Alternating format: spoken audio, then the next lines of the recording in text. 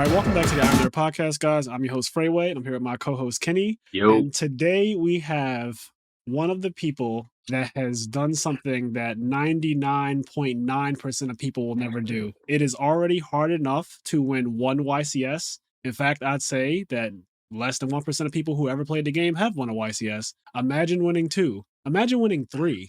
Imagine winning fucking 4 of them. This player, honestly, for the last 10 years has just always been a force, and it's kind of crazy because even with a hiatus, coming back to the game and just dominating again is absurd. So we have Chris Leblanc today. Thank you so much for joining us, Chris. How are you feeling after just winning your 4th YCS 2 weeks ago, a week ago? Yeah, it was like a week and a half ago. It feels insane. Like the feeling definitely like never changes. Like the first win definitely felt like the craziest because like it was kind of like unrealistic for me because I had never topped an event, and I know you know about that because you I also definitely won know about that on your first top. So, but How like old now are it you? felt. I was 15 when I won my first one. Okay, so you were a child. So that's this is the 2012 one. Is that what that says? 2012. Yeah. The 2012 champion there on the glass. And I remember that was Yugioh, right? Yep, that was Yugioh. And then the second one was in Philadelphia. You actually stole the Philadelphia YCS with Angeli.deck. That was Medolchev, and then it was draft in top 16. But I had like the prior knowledge of how to play draft because I was in the top cut of the first YCS where they did draft in Atlanta. I lost in top 8, but you know I was already like acquainted with the cards. Yeah, and nobody I had was. no problem once I got the draft. Yeah, exactly. Like once I got the draft, I had no problem. And then your third one is, what is that? It was Zodiac Draco. Okay. And that was in Toronto in 2017. 2017, so I probably was retired at that point. And then this newest one was Tier Element Sprite, who actually I didn't know until I watched your deck profile that you and Patrick and probably some other people too, I'm guessing, but like Pat actually had a hand in creating this deck and like finalizing it and stuff. Yeah, he so we stayed together for a week in Ecuador, and we knew that we only had like those days to test for the event because we were practicing for Ecuador as well for the 3v3, and then it was a whole new format the next week. So staying together for like those like 4 days really helped like for testing, and then he just finalized the list, which I really needed him to do that at that point because you know he's always been goated at that. I think that is so insane that Patrick Hoban, even after all of this time, having taken a long break from the game, coming back relatively recently, like in the last year or so, he has already created a winning deck list again. And that is just fucking absurd. Like people think that he's washed, and I think that's crazy, but like for him, I think that is a crazy statement. That is so crazy, but it's just insane to me that already he's like, all right, well, here's a winning deck list, and your deck is actually it just looks so good. Like when I watched the deck profile and you were speaking on it, some of the cards you play I really like because I do watch a lot of modern Yu-Gi-Oh, especially when I go to like AU, and I like my locals, they have Edison tournaments, but they also have regular tournaments. And they run at the same exact time, so I get to like finish my match and then go watch theirs. And a lot of things that I feel like I'm right about, the newer players just don't really get it, and they're stubborn, so they just do their own thing. But the triple tactics talent, that card to me is fucking crack. Like I just read that card. I feel like that card outs anything. It's 3 ban cards. It's literally 3 ban cards, and it's the easiest thing to activate. I feel like if I play Yu-Gi-Oh, there's no way I don't play that card. So when I saw you ran 3 of that and 3 of the card that I also think is outrageous, which is Super Poly, it's like, yeah, that card needs to be banned. That card needs to be banned like a year ago. Like it should have. They should have learned when they banned it the first time. Yes, Pat won a YCS undefeated the first time in 2014, and then we are here in 2019. A guy from my local won a YCS, David Mendoza. He actually won a YCS with Triple Super Poly when it first came back years ago, and I was like, "Yo, this card it needs to go. Like, what the fuck are they doing?" They still have knowledge. I don't remember which guest we had on, but it was a Yu-Gi-Oh guest, and we were talking about Super Poly. And I think we said in that episode, like, yeah, Super Poly's probably, like, nobody's playing it right now, and they probably should be. Yeah, card is just absolutely cracked. So those 6 cards are really good. They're actually good going first and second, technically. So, like, they're not even bricks, like, especially talents. If you get hand trapped at any point or whatever, like, it just does the most. If your opponent's dumb enough to activate one of the tier elements on your turn, it's like, okay. Like, especially with the BIS deals coming out, like, you know, people are going to end up playing these new hand traps. Yes.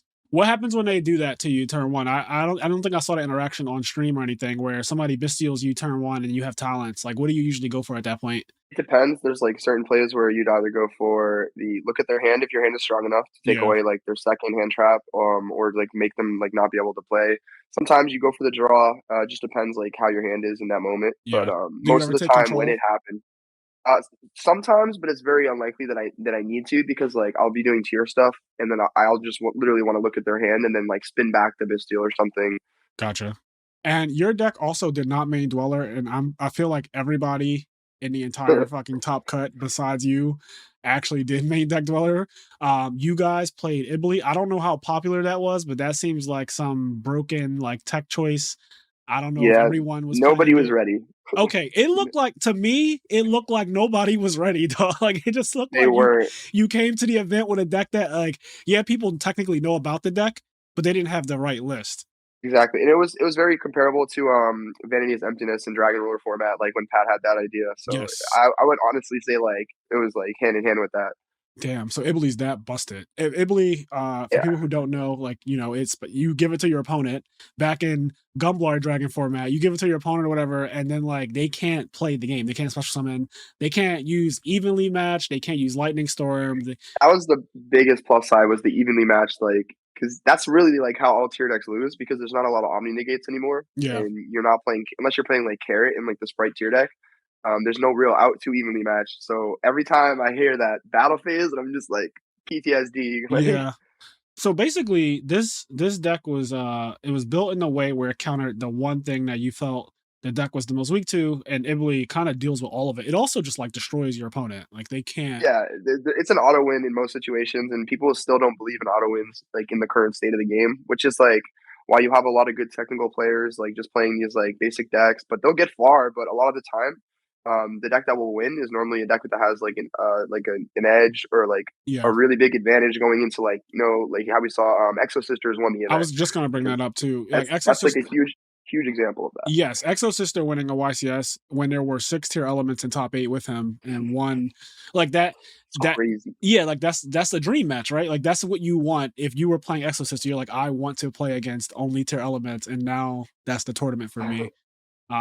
It was the same for Flunder. The guy who played in the finals, like I'm sure he had like easy matchups versus every tier element player he played.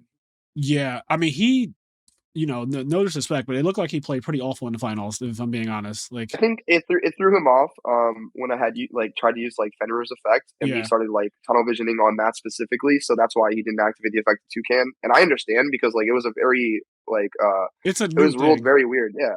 Yeah, And it's most people just don't understand how it works. They actually also ruled it incorrect in the finals, which is kind of crazy, because the way they said it is that it has to be on the first in the chain, like on resolution, but it's an if effect, not a when, so it could be at any point on resolution part of the chain, oh shit. the new chain.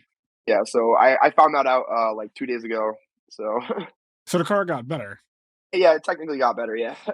What the hell? And the card is already insane. I mean that, you know what I'm glad about? Because a lot of times people hype up shit, especially when they see Japan, and then when it comes over here, it doesn't live up to the hype. And this happens very often. The most recent one that I can think of off the top of my head was when everyone thought that the PKBA deck or whatever, the Brave PK deck was going to be the best deck in the world, like we've ever seen. It was like Brave Engines coming out, and it just did not do that here at all. Like it actually just didn't perform well at all. Like there were just better decks over here. It lines up so perfect with the OCG format, though, because that's how they like to play. They like to play very standard decks that do the same thing every time, like not to like far out there. And also with Maxi in the format, like they have to play a very specific way, which I understand that like you want to not commit. Yes, to me, because basically the Brave PK deck, when I used to think about it, was it had traps and stuff, that searchable traps, right? And that's like really good, and it does a crazy first turn combo like any other deck. But you're playing through max season. That's just a different. That's a very different format. Ever. I can't imagine, because when Sprite came out, then they were searching Maxi, and that's like that's just an auto win in my head. Like I can't imagine. But yeah, their format's so different. Search the hand traps were not okay. Yes. So yeah, you included, your deck was like 46 cards or something. Yeah, 46. Yeah, and so the weird thing is that's not even abnormal anymore. Like in modern Yu-Gi-Oh for the last couple of years, I've been seeing a lot of decks win that don't play 40, and I guess that's just how it is now. Like I know Pat is the guy that was like 37 cards always and make your deck as small as possible, but Yu-Gi-Oh's gotten to a point where that's no longer, I guess, always. Every hand is just like a combo, no matter how you look at it. So you don't have to focus on being more consistent. You just have to focus on having like the correct outs to certain interactions. So resources. Like, your deck needs to be a toolbox. Yeah. Yeah. Exactly. Okay, that's actually a really interesting thing because that means deck building has changed a lot. And yeah. I would bet that there are people who don't even realize that like this is new information as far as like the deck size thing and why it's being done. Not just because like I want to play 6 more cards. You know what I mean? Like I remember like when I was briefly messing around with modern Yu-Gi-Oh! I was, seeing a lot of things where you have a bigger deck size because any one card can get your combo to go, but every deck also has bricks in it. So if you have a slightly bigger deck, you can minimize the chance to draw on your bricks while still maximizing the combo pieces. Yeah. I was combo starters, behind Polly's deck. Like, Polly's 60 card deck? Yes. So he knew he needed to draw multiple hand traps or else you weren't beating size lock, but he also played a lot of bricks in his deck, but playing 60 cards, you're going to draw your bricks so much less. Yeah. I saw a lot of, again, going back to the Brave PK, like the format that never happened, that deck, when people were speculating on it, a lot of them were playing 60 cards, like, because they played a bunch of random, like, combo pieces that made your combo more insane, but you did not want to draw them. Yeah. So there was a bunch of that, like Fire Lady to Lake or whatever that thing was called. There was like a bunch of random bullshit in the deck. I was like, why is this played? It's like, well, if you play this, you can go into... And I was like, okay, I get it. Like your deck is just, you're supposed to do this crazy combo turn 1 and you're never going to draw this card. You're telling yourself, so you're playing 60 cards. I get it. Hand traps. So you basically just were like, fuck the hand traps. I just want my deck to be able to break boards at the end of the day. And hand traps just weren't doing it. And the week before you won, we just saw another deck win with no hand traps, basically, where Josh Schmidt, he played Runic Sprite, and that deck just did the same thing. It was like, I just want to break boards. I want to play Lava Golem over you because I don't have a battle phase. So I'm just going to clear your board with like Runic spells and also Lava Golem.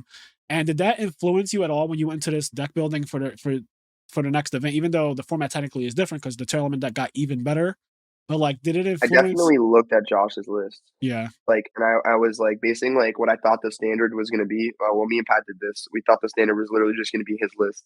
And they're like, we were so spot on. Like, I played versus 5 or 6 Sprite throughout the whole tournament, and it was the Runic Sprite list. I knew I didn't have to worry about hand traps, which is insane. Because like, yeah, you that's just, so you just crazy. go. That's so crazy. That's actually crazy. You know what's weird? A lot of players at the top level, especially, but a lot of players in general hate the Flandre's deck. And for good reason. It's the deck that just straight up wins the game without really you being able to do anything. Like when it wins, you can't play, right?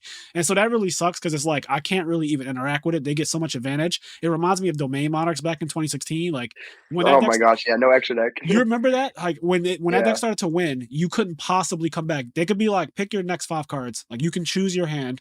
You will not get out. Like that's how bad it used to be. So when I see Flandre's, that's how I felt with Ibley. Yes, exactly. So when I see Flandre's now, Flandre's is a deck that if your opponent has no interaction and you get to do your full Flandre's combo turn 1, like statue, set up everything, get like plus whatever, and just say go. If your opponent doesn't break your board immediately or they don't have like any way to stop your Rabina from going off, that guy got to the finals. I'm not surprised because people were just like not playing hand traps anymore.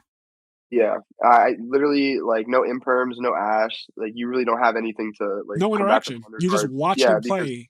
Your board breakers just don't break the Flunder board. Yes, your board breakers don't break the Flunder board, and the Flunder board is when you get D-shifted.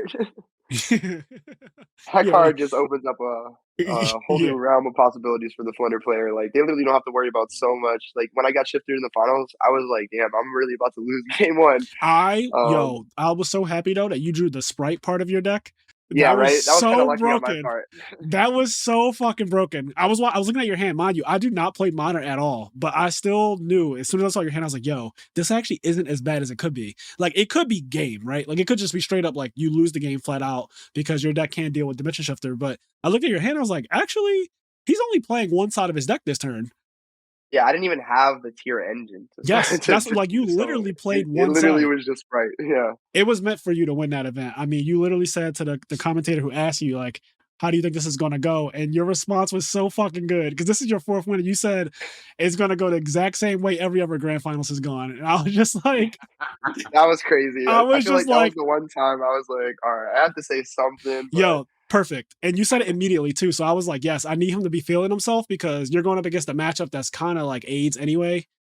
Like we literally just saw Jesse Cotton get de-shifted out the world. Yeah, So that's what I was thinking about. I was thinking about Jesse's finals because I was like, damn, like you just realize like Jesse puts in so much work for the game. He got third place in Brazil, and then he got second place in Niagara, like back to back. yeah, And then like he just only lost, not even like to like a skillful like interaction. It just was matchup. like, yeah, it's like your just opponent, D-shifter. you activated danger, they went D-shifter, and you lost that turn.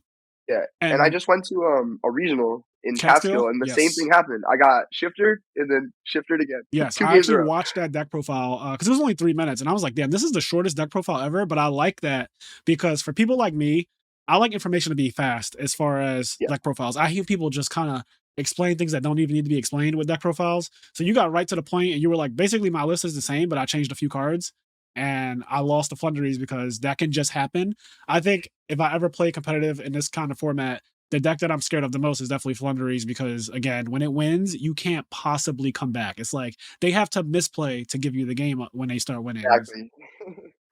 So, yeah, but I really like that Fenrir helps a lot against all of these random decks and like banishing people shit face down. It's so broken. It also surges itself, so it's like an extender and everything. Interaction with the Flunder monsters, it's actually kind of insane. Like it doesn't banish any of the Flunder monsters face down. It would just banish them face up because of the condition on the Flunder monsters, which I just found out. What? And I was like, that's such a weird interaction. It says because whenever they're removed from the field, they banish. So it doesn't recognize you banishing it face down. It just recognizes it as being removed from the field, so it's going to be banished face up. And I was like, I don't know how I feel about that. That's a wild ruling.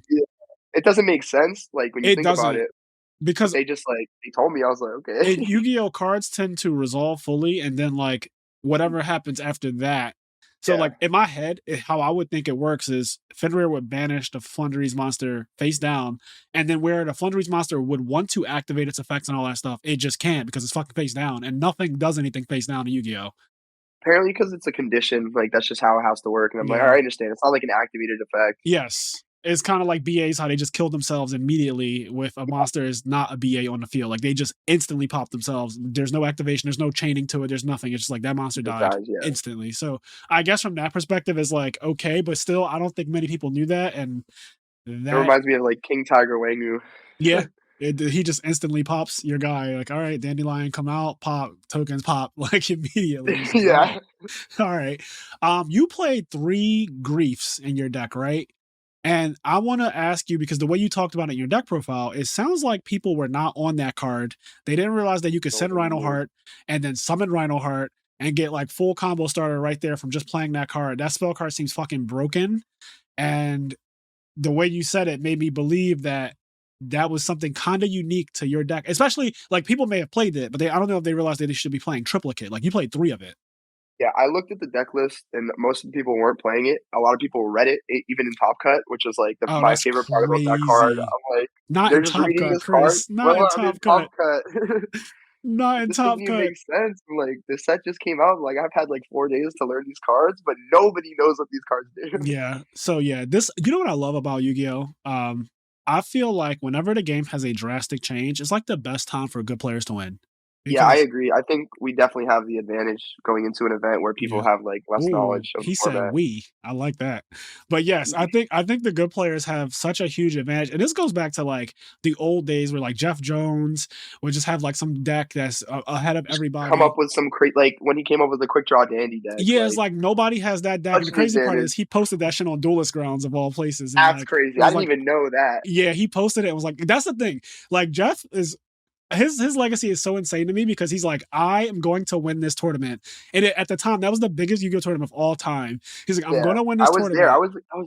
I'm literally in the finals feature match, like picture in the background. You can see me as like a little kid, and like I'm like what? Like so it was 2010. Yeah, 2010. So I was 13, and I'm just like watching the finals, and we said that I was like, yeah, that's like my cousin. He's playing in the finals, so we got to stay to watch. That's insane. That's actually, so you were always close to the greatness. And then not only, you only had to wait, 2 years, and then you just started winning, and they became a whole fucking problem after that. Yeah, because like I only played like 5 YCSs before I got my first win. So it was like I wasn't really able to even like try to go to events. I was only playing ones that were in the East Coast. Same. I didn't. So Atlanta was the first time I ever gotten a plane in my life. Like when That's crazy. I never even been on a plane before Atlanta, and that even doing that was a weird experience for me because McCabe was like, "Yo, I really want to go to this YCS." Like we wanted to get serious about Yugioh. We were already really good in our area, but me and him were like, "Let's start traveling. Let's start going. Let's take this shit seriously." So he was like, "Let's book a flight," and I said, "I've never been on a plane. Like, how do you do this?" I was really scared, and we did it, and the rest is history. And I just think like the fact that your win started so early. And it's been 10 years since the first one, and they're still going. Like, you're still winning in 2022. Honestly, this year is the return of the Kings, because Hansel won fucking nationals twice. I know. And right after I won, he, like, messaged me and stuff, too, like, congratulating me. I was like, because that's like, the same thing I did when he won again. I was like, yo, we didn't forget. Like, that's insane, bro. You guys were both officially, like, historic players. Yes. Like, they're and I've known him for, like, since he won, too, which is crazy. Same. And he actually messaged me. We're going to be hanging out in Cali. I can't wait. This trip is going to be so fun. For people who don't know, I am going to Pasadena.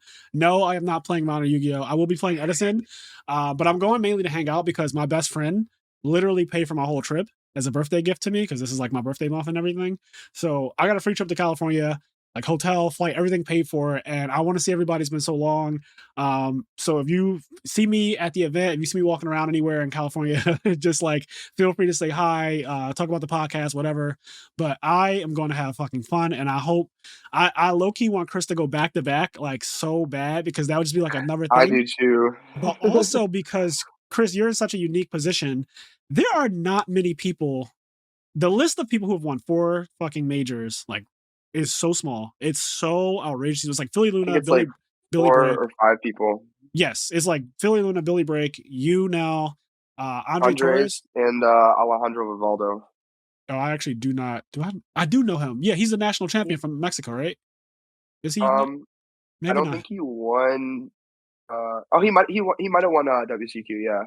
Yeah, I feel like I remember the name. If I feel like I might even met him, but he has 5. That's what I was going to ask. I was going to ask, do we know how many people have won 5? He's got 2, Andres and Alejandro. So wait, Andres has how many? He has 4 YCS wins. It's 1 remote duel and then 3 like regular YCS, and then he has a UDS win. Okay, and then you said the other Alejandro has. I'm pretty sure he has 5. I think he has like 2 SJCs, a YCS, a WCQ. He might actually only have 4. Okay. I don't think he won. He might have won a 3rd SJC though, but I know he won in Teledad format. Crazy. So damn, that's 2008. Teledad's 2008. For people who don't know, that is 14 years ago. Just to put it into perspective. That's crazy. You may be the first person in history to win 5 YCS. In fact, you are the front runner for the first person to ever win 5 YCS. I think that you will be that person too, and that is that'd be a dream. That's an insane thing. So now I'm starting to say. As I was thinking about, like, when you won, I started to think to myself, like, you're basically setting yourself up to be the Tom Brady of Yu-Gi-Oh! Like, you're going to be the fucking GOAT. Like, it's going to be hard to not have you. Well, at this point, you're just a part of the conversation of the best player of all time. Like, you're in that conversation. And it's crazy because I've known you since you were literally a child. Like, an actual, I met you in 2012, I believe, at Long Beach. It was Long Beach, yeah. Yeah, we met in Long Beach. Your spell ground. That was so randomly I posted that I have a spell ground for sale on Facebook probably, and Chris hits me up. I don't know who this kid is. Like, he hits me up. He's like, "Yo, I'm going to be at Long Beach. How much you selling a spell ground for?" I sold it for a disgusting price nowadays. Like, I'm pretty sure it was like $295 or $250 or some bullshit now. It was like $300. It was probably $300 max. Like max though. It was literally max. There's no way it could have been more than that because that's like what they were at the time. Yeah, 2012, like they were nowhere near. I would buy every single one for $300. Like I'll take every single one in the world for $300. I'll empty everything out, like no question. But we met, and at the time it was like, okay, some guy who just like some kid, not even some guy, some kid wants to buy my spell ground. And I actually was fishy about this whole thing. I was like, I don't know how I feel about selling it to a 13-year-old kid. Like I thought it was so weird. I remember I told Silverman, I was like, yo. Like, I could sell this to anyone, basically, because anyone will buy them. Like, they were still a hot commodity, but I was like, yeah, this random kid, like, wants to buy my spell ground. I'm going to sell it to him. There's no big deal. I have a second one. And, you came up to me, you bought it, you were, like, happy and everything, and the next thing I know, that same year, like the same year of Long Beach, you fucking won a tournament. You won a YCS. Like the same year. Crazy. Crazy. I have a question. Who hits the other one up? So after you sell him the Spellground, when's the next time you guys hit each other up to start becoming like? I have no clue. Yeah, because we have a plan. I didn't even go back all the way, but we have DMs going back literally 10 years, like 10 plus years. Like, I've known Chris since before he won, and like literally throughout his entire career of playing Yu-Gi-Oh. And you sell him a Spellground, and you're like, hey, by the way, you won using my Spellground. Well, I don't even know if he had it at that point. Like, I think I had it, but I wasn't playing on it because I was using the Top Cut map that they gave me. Okay, yeah, that is a thing. But yeah, that's just so. I think your trajectory at this point is literally setting you up to be, when it's all said and done, like you might end up being the best player of all time, just statistically. Like, and I think that this last win really put you on that track. Like, obviously, you already had 3, and 3 that's already a class of people that is just above God level. Like, that's already so hard. There's like 12 people that have 3 YCS wins. I think there's like probably like 8 people that have like 3. So that was already a very exclusive class. We just got a new one with Joshua Smith recently. That motivated me so much. Like, once he won, I was like, oh my God, I really want to win. The crazy part is I was watching his stream of when you won. And I actually love Joshua's channel. I love his YouTube channel because it's actually been helping me to learn modern Yu-Gi-Oh! And I also love just like his streams and stuff. He's really, really smart, obviously a really good player. But I've never gotten to like interact with him because he pretty much stays in Europe. And I've also never met him too. So me either. I don't think I'm about to meet him next month. I'm gonna say I never met him. 2 weeks. Yeah, I'm gonna say I never met him, but I hope that we didn't meet and I forgot because I have a bad memory sometimes. But like, he's one of the players that's like a goat across the seas. Like, he's the goat across the seas. And for him to win, but then catch up to you, and then you immediately win right after. He even said on his stream, he was like, damn, I just caught up to this guy last week, and he already just moved on again. Like, you just went right to 4. And 4 is so hard. Like, 3 is hard, but 4 is even harder, obviously. It's crazy. It's so hard, like, once you're like in top, because I got 3rd place at Mexico this year. My only loss was in top 4. But I went undefeated through the whole tournament, and then I lost to Andres in top 4, and I was playing a 50 card prank kid deck. So like, we were already on the wave of like playing more cards, like, yeah. Especially because we played Mystic Mine in our deck. So like, you never deck out whenever you Mystic Mine. Was this the Despia? This is the Despia tournament, right? Yeah, because I had no outs to mine in their Despia deck. Okay, so if you mine them, it was a straight up game. Like, you get a free. It was just 0 outs. Yeah, they literally just like I looked at them and I'm like, are we gonna do this? So wait, did it go to game 3 or something? Versus Andres, yeah. He won the dice roll. He set up pretty nice game 1. I lost game 1, and then game 2 he makes a misplay, and I capitalized on it. I totally swung the whole match like in my favor. One misplay, that is insane. I would have loved to see that streamed. I won. Yeah, they didn't do any type of coverage for those events. The South American ones, Central America. It's kind of sad too because like it was like stacked top cut. Like top 8 had 18 wins alone. Holy shit! It was crazy. Oh my God! Like the average person having like 2.5 wins. I'm like, unreal. That's so ignorant. That's so wild. Not the average person having 2.5 wins in top 8. Like that is a stat for you. Damn. It makes me want to come back to Yu-Gi-Oh! So bad. Everyone keeps begging me. And now after Hansel came back, won Nationals again, that's like one of the most crazy things that I've ever heard of, because Nationals is so hard to win. Like, Nationals is the hardest tournament. I will literally say this like all day, any day, that it's way harder than Worlds. I think US Nationals is the hardest tournament there. Yeah, it's once a year, so you get one stab at it, and everyone pretty much knows like what the meta is. But there's very few things that people usually come up with. Like Pat obviously broke his format in 2013 with the Vanity's Emptiness in the main deck and stuff like that. But usually Nationals is like a solved format. Like every time it's the national season, it's usually pretty solved. Like 2016 was Domain Monarchs. Like, okay, like there's nothing special. They try to make it like that, so like the average player can come to the event and play. Like, so they don't have, but for the YCSs that have been happening recently, they had like a new set come out a couple days before the event. Everything. It's so hard. That's why a lot of my friends aren't even going to Pasadena. Like, a lot of my friends didn't go to Minneapolis because they're like, it's just too close to a new set. I want to feel comfortable playing my deck. And I'm like, no, they don't realize this is opportunity time. If I was a Yu-Gi-Oh player right now, I feel like I would be so amped because you can get so many wins, and they're technically easier than the wins that you get when people know what the format is. Like people now have your deck list, so now they're on whatever you were on. That's the scary part. And you have to evolve now, right? Because like you can get now Ibley probably isn't the same as he was, but like the whole point is, let's say there was another YCS this week and there wasn't a new set with the Ishizu cards, people would be doing exactly what you're doing, and that's annoying because then you have to develop counterplay for like your own deck. And I remember when me and Pat were on the same team, he would always say how basically formats have a script to them, like a storyline, and you start off with a deck, and then the format evolves where people copy that deck because you just won with it, and then you have to create the counter for it. So let's say you start off with Fire Fist, and like, even though he would never, but let's just use this as an example. If you start off with Fire Fist and you won the tournament, everyone copies Fire Fist. They think Fire Fist is the best deck, and then you switch to Water. While everybody's playing Fire Fist, you just destroy them. And then after that, you switch to like something that beats Water, and you keep going like that. And sometimes you can't do that. Like some formats, they don't evolve naturally where you can keep countering your own strategy. But when they do, you just rack up wins. Like that motherfucker who has 8. Like you just end up winning eight it's like a foreign concept to people though.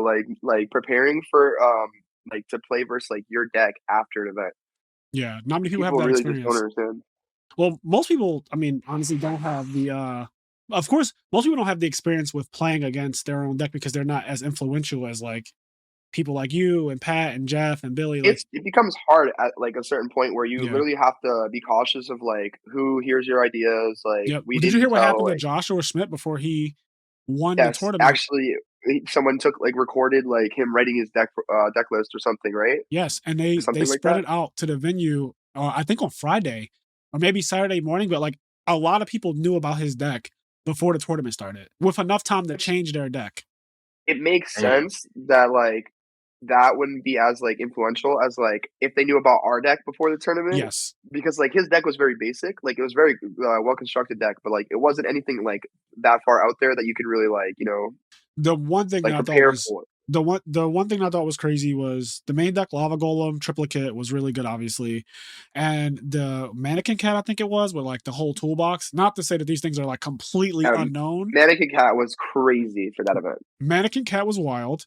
Red Resonator, like whatever, like went in time. But yeah, there was a lot of like cool little things, and I think that they do give you an edge. But yeah, it's not like some groundbreaking. Like Ibley is fucking groundbreaking. Like if you're not aware of that's going to happen to you, and your deck is just it's a huge difference. Yes. Than just you playing like, because I think he piloted the deck really well, and that's why he like won the event for sure. Because you can't really take a deck like that and like have a higher chance like any other, unless like the player is going to do well. Honestly. Yeah, because like you don't really have a huge deck advantage. Yeah, and the finals was, I think, 2 Runic Sprite decks. So you're playing a mirror match in the finals, and then like, he just OD'd on that guy. Like he absolutely OD'd on him. I knew once he got to the finals, I'm like, oh, Josh has been here so many times. He's not going to be like nervous. He's just going to win because it's also a mirror match. Like you have to think like he's got so much more experience. Like and his opponent was actually really good. Apparently, like I don't really know him because I think he's European as well, but he's also like amazing at the game. But like Josh has just been playing for as long as I've been playing. Like I feel like me and Josh are old heads in Yu-Gi-Oh at this point, and like it's kind of crazy that we've never crossed paths, honestly. Like like again, I don't think I've ever met him in person. In fact, it was so funny. My one friend said, "Can you get Josh on a podcast?" And I was like, "I don't even think we're friends on Facebook." I said that as like a joke because to me, it was like, if we're not even friends on Facebook, then my chances of having you on the podcast are like 0 to none. So I checked Facebook. And it was like friends. And I was like, oh shit, we're actually friends on Facebook. Might as well ask. I was like, I don't even know. Well, I'm scheduling a lot of stuff, but I would love to have Josh and like pretty much everyone. Like I love everyone who loves the game of Yu-Gi-Oh! And really, really wants to do well. I love having like top players on. I love having people who aren't even necessarily top players because I love Yu-Gi-Oh! So much. Like I like talking to people that they might not be as good, but like they love the game and you can really feel that energy. So I appreciate that the most. And sometimes you do learn from those people too. Like I've had times where people who are pretty casual will have an idea that's actually kind of cracked and people just aren't on it yet. And that's funny when it happens too. It's like, holy shit, like I did not expect this random comment from 2007 to be the best, like, meta choice right now or some kind of crazy. Right. sometimes people just like say their ideas, but like a lot of people don't take them serious because they're not like well known or like have like credentials or whatever. But Yeah. you gotta listen to like people when you think the idea is good, not just when you think the player's good. Yep, that's 100% correct. I think that just don't judge people just by their credentials. Definitely, if the idea is good, It's a the idea huge is thing. good. It is a huge Like I thing. have when I started playing again, my friend Jose like got me back into the game. He had 0 tops. He just started playing like 2 years ago. Yeah. But like he's already like a like fairly dominant player. Like he got 33rd at a YCS this year. He top 64 nationals. We're also on the same team, so like he's definitely been showing out. Yeah, that's really But good. Who's he's on your had team? no prior. It's I can got you with the list. And Because real there's a quick, lot so of you people. said he had no prize, but he's already starting to like really step up and become a known player, which is nice. Yeah, he like I said, like just started playing. It was kind of crazy how we met. I'm like, you look very familiar because I went to a local. Like I got to see like Yugioh after like a few years. Like they were Yeah. doing a 3v3. And I'm like, yo, you look really familiar. Do I know you from anywhere? Like, when did you start playing? He's like, oh, like last year. And I was like, oh, I definitely don't know you then. And then I later found out that we played poker together at one of these poker rooms, and it was just like a coincidence. And I was like, this is wild. But as for the JNC team, we got Jose Santiago, Tej Amin, Felix Rodriguez, Andres Torres, Sean Pittman, Elijah Green, Austin Colling, DB Grinder, Joe Girolando, James Guerrero, Manav, This me, team and is then crazy. yeah, it's a pretty nice team. I'm not gonna lie. Yeah, this team is actually crazy. There needs to be a picture with all of you guys on it. I know because the one we took at Minneapolis is missing a few people, but Yeah, I had no kinda, idea this team was that big. I didn't know that it was that stacked either. Like that's a fucking team. it just started too. Like I just joined like a couple months ago, so So what's the stand for? You said it's JNC. JNC, yeah. What is? Honestly, I have no clue. Okay, because whenever I have this thing where if I hear an acronym, I just have to ask, and I noticed that 99% of the time I ask for acronym meanings at my job. I'm like, what does that mean? And they're like, we actually just don't know. And I'm like, how do you Just not like know? You're it the just fucking sounds okay, you know? you're the CFO. Like I remember I asked like a director or something, and they were just like, I have to get back to you on that. I was like, what the fuck? You've been here for like 20 years. Like, how do you not know? But anyways, so what do you think about where Yugioh is right now going into Pasadena? Do you think, because a lot of people are complaining prematurely about how the Ishizu cards are kind of toxic, just to be blunt about it, like they're kind of toxic, and you have to play like 37 cards or 30, not 37, but like you have to play like 30 of the same cards in your deck as everyone else, which is not a good thing. How I do you think it's going to be feel? a 0-0 format. You think it's gonna be tier 0? Tier 0 formats I personally enjoy. I do That's too. yeah.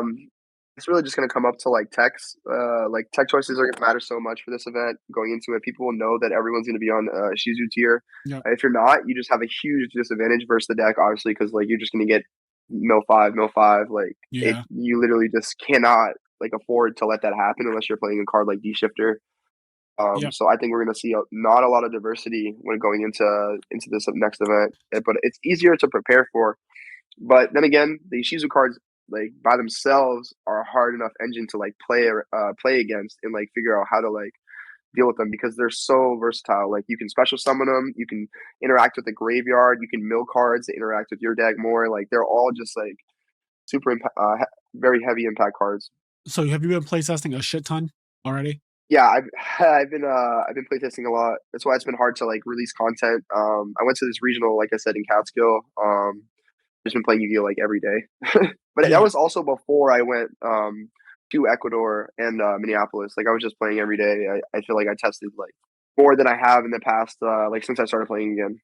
Yeah, because the way you played the finals of Minneapolis, when he bricked, you played your turn so fucking fast. I was like, yo, Chris is playing like he knows he has a game, and then you did kill him. And I love seeing people play that fast because it just means that you know exactly what you're doing and you know exactly what they don't have. Yeah, that was like kind of my thing. Like normally I either put my elbow up and they're like, oh, Chris is comboing, or like I just start playing fast and I'm like, oh, Chris is about to win. You were playing so outrageously fast. He went first, set a couple back rows and passed, and you knew immediately what that meant. have to also understand, like, I don't know if you could hear it from the audio, but like everyone in the room started screaming when he set 3 and pass. Yeah, because everyone's like, okay, The well, first whole of room all, that's a erupted. brick. Like, there's no Yeah, backwards no, that he no could plunder. possibly. Yeah, if they draw like that, you just know it's game. And after basically the way game one went, once I saw that, I was like, well, that was his one chance, and like that shit did not go according to plan. So as soon as he lost game one, I said, that's it. Like, Yeah, still, I figured he was congratulations gonna to that brick guy, game but 2 or 3 because I'm yeah, like, this is Flunder. Like, I know how it goes. Like, if I win game 1, I'm like super favored, probably like 80% to win like the match. yes. Yeah, so when you won game one, I said, "Up, that's it." I think Josh was saying it on stream too. We all were like, "All right, we could pack up and go home." And then when he opened his hand and said 3 back rows pass, I said, "Oh no!" And your Yeah, I was hand so was fucking confused. broke. Yeah, my hand was insane. It was I like was Krilla like so Rhino, like confused. everything. Yeah, because yeah, terraforming double grief. It was like a tier. Like, there was no way that I couldn't kill him with that hand. And I also knew, I'm like, what are these back row? I'm like, Yeah, you were going seconds. you You can't had feather 6. storm me. Like, Yeah, it was real bad. I said, "This shit's over." Chris just got his 4th win, and that it was just too fire, too fire. I guess let's go back like really far. How did you even start playing Yu-Gi-Oh? Like, how did this passion of yours develop at a young age? I'm assuming. I was watching the show like just at my mom's work when I was like 6 years old, and then Damn. I was like, oh, I want to go to like Toys R Us and like get these cards. Like, they're like mad cool. And then I went one Saturday morning, and they ended up having like these little like meet and greets for like Yu-Gi-Oh, and like the employees would like help you like learn the game and understand the cards, look about like free cards and stuff. Hmm. But like on top of that, the guy that worked there told me about a locals. So like I went to my first locals when I was like 7 years old, um, and like my first like SJC in 2005. So when I was 8, yeah, I just think because it was close to me. I think that's also my first SJC. 2005. There was a It was SJC in Philly. I'm that was pretty when sure. Bobby won. Yeah. Uh, Bobby won. Yeah, SJC Boston. It was kind of crazy. So you went to Boston. I think my first one was Philly in 2005, which probably was the first Philly. I remember. So Kyle Duncan, I think, won that one from Canada. With like Recruiter Chaos. It was like a Recruiter Chaos Oh deck, yeah, and it played like the Crees and Creature Swap and Shining Angels, Missing Tomatoes. And I remember going to that event. I thought I was hot shit. I got fucking scraped, and I realized that there was a whole different level of like players out there at that point. Like, okay, so you got to really yeah. step it up. But yeah, so basically you started at 6 or 7. Obviously with the anime, which is really cool that you watched that too. I definitely started off with the anime as well, and then eventually got to the point where you started going to locals. But you were such a young kid that like, whatever, like at that age, I you was just usually having don't. fun. Yeah, I'm just happy to be here. Were you good as a kid? Were you one of those? Because there's some kids, especially in the Philadelphia area, when I was coming up, that were insane. Like we had a kid, Mark Velez, Adam Ginsberg, like Luke Feeney. These are all people who have top YCSs, and they were young as hell, and they were insanely good. So it just like made everyone else better. Yeah, I was lucky enough to have like Joe Giolando and like Paul Clark and Stefan, like Yep. Joe Bogley, like all these people around me when I was a kid. So Yeah. I just learned from them. Um, it was kind of funny at SJC Boston. I actually beat somebody, and I was their only loss. They went 8-1 and they got ninth place. Damn. And I know, because if looking back in it now, I'm like, damn, if I was like, if it was like switched the other way around, I'd be like, how did I just lose to this like 8-year-old? Yeah. Not only is that ridiculous, but the top 8 cut thing is crazy. That was also Like insane. cut Yeah, the like top going 8. 8-1 and then just not making it. Cut the top 8 is crazy. And then after that, like I guess not much longer than after that, you're like 12, 13 years old, you went to YCS. So it's like, oh man. Yeah, That was that's insane. What do you think about the time rules right now? Because oh my gosh, I have a the most lot. controversial thing. It is very controversial. It's very volatile. If you write the wrong thing on Twitter, you'll be crucified. But time rules. So I'll just state, and I have stated on this podcast already. I fucking hate them, and it's one of the things that like honestly deters me so much. I hate the new time rules. I'm taking a hard stance on it because I've watched multiple YCSs in the last month on stream, and I'm gonna be honest with you. Almost every single game on stream ends in time. Like low key, the amount of games that end on stream in time it has to be over 70%. Like if I watch a 10 round, 11 round YCS, at least 7 of the rounds go to time, and that is really unfortunate. So to start with Minneapolis, I saw round 1 was Scott Page. He's playing Pendulums. I don't remember who his opponent was, but it went to time. It wasn't anyone's fault per se. Like no one was slow playing or anything like that. They just like took their time. Combos take fucking forever. And at the end of it, Scott went first game 3, and he did some shit where he like gained life or burned his opponent. I'm not even sure which one it was, but like the life, he changed life, and then the game was over. And like, then I saw, go ahead. I was gonna say, yeah. So like the biggest problem that I think people have is like knowing when like you need to like do like people need to be doing their combos like a lot faster than they do them already. Yes. I feel like that's where they end up losing the time, like to time, like later in the match, is because they're just not doing things quick enough, and that's like a huge flaw a lot of Yu-Gi-Oh players have because they don't really realize it because nobody's gonna sit there and tell them like you need to play faster. Yeah. But like there are people that will just like tell you that, and that's a huge reason why people end up losing. They're like, "Oh, I lost in time." It's like, no, you probably could have managed your time better earlier in the match, and then you could have avoided it. That's also why I like to play fast because I rarely go into time, and I rarely have to deal with that aspect of the game, which is like a huge thing everyone hates. I'd rather just lose flat out than lose to the way the new time rules are set up, because so many top players I've watched, like I'm talking about some of the best players ever, I've watched lose in time to some bullshit. Like literally, I saw Jesse Cotton lose in time in a YCS this year. Like he had Cosmic Cyclone and everything, and I was like, that is really unfortunate. Like he can't do anything. Shu Ping, I'm pretty sure, also lost in time at the Minneapolis YCS on stream. In top 30. Oh no, different round, yeah. So he lost. He played in the stream, and he played against another person who's really good. I forget who it was. It was Shu Ping versus somebody. They were both like 6-0, and Shu like game 3 had to go second. And the guy like comboed off. Oh, it's Cody, right? I'm pretty sure it was Cody. Okay. And I'm pretty sure like Cody did full combo, set up 2 negates, and then was like activate Foolish Burial, send a spider to the graveyard. And I assume that's the insect, yeah. I assume that when he played Foolish Burial, because Shu Ping put his hand out, and I was like, okay, that is just not how I want to lose to like. No, see, nobody wants to play a match like that. and again, it's not like Shu Ping and Cody by any means were slow playing. Like they played at a reasonable pace, but the combos take so long, and they were moving fast. But then another thing I don't like, and this is also probably controversial, but I don't really care. The judges interrupt those feature matches a lot, and sometimes I feel like it's unnecessary. Like sometimes I've seen a judge just ask a question about like what's happening, but that's kind of. Oh my gosh, that is my biggest pet peeve. Is okay, when, like, so you understand what I'm saying? Like when a judge asks me, is like, "How did this happen?" And I'm like, "Wait, like you're watching the game and you're asking me how like this legal play happened?" I'm like, I'm not like ever trying to like disrespect the judge. I'm just like, I also don't want to ask them and be like, "Oh, can you give me a time extension because you paused my game?" Because they pause it for like 30 to 40 seconds, and I'm like, "All right, we just lost that time because I can't play." But also, I'm like, I'm explaining like we didn't call a judge. It's just judges will sometimes tend to like come to your match and like if they see something that looks incorrect, like I also applaud them for doing this because they don't have to.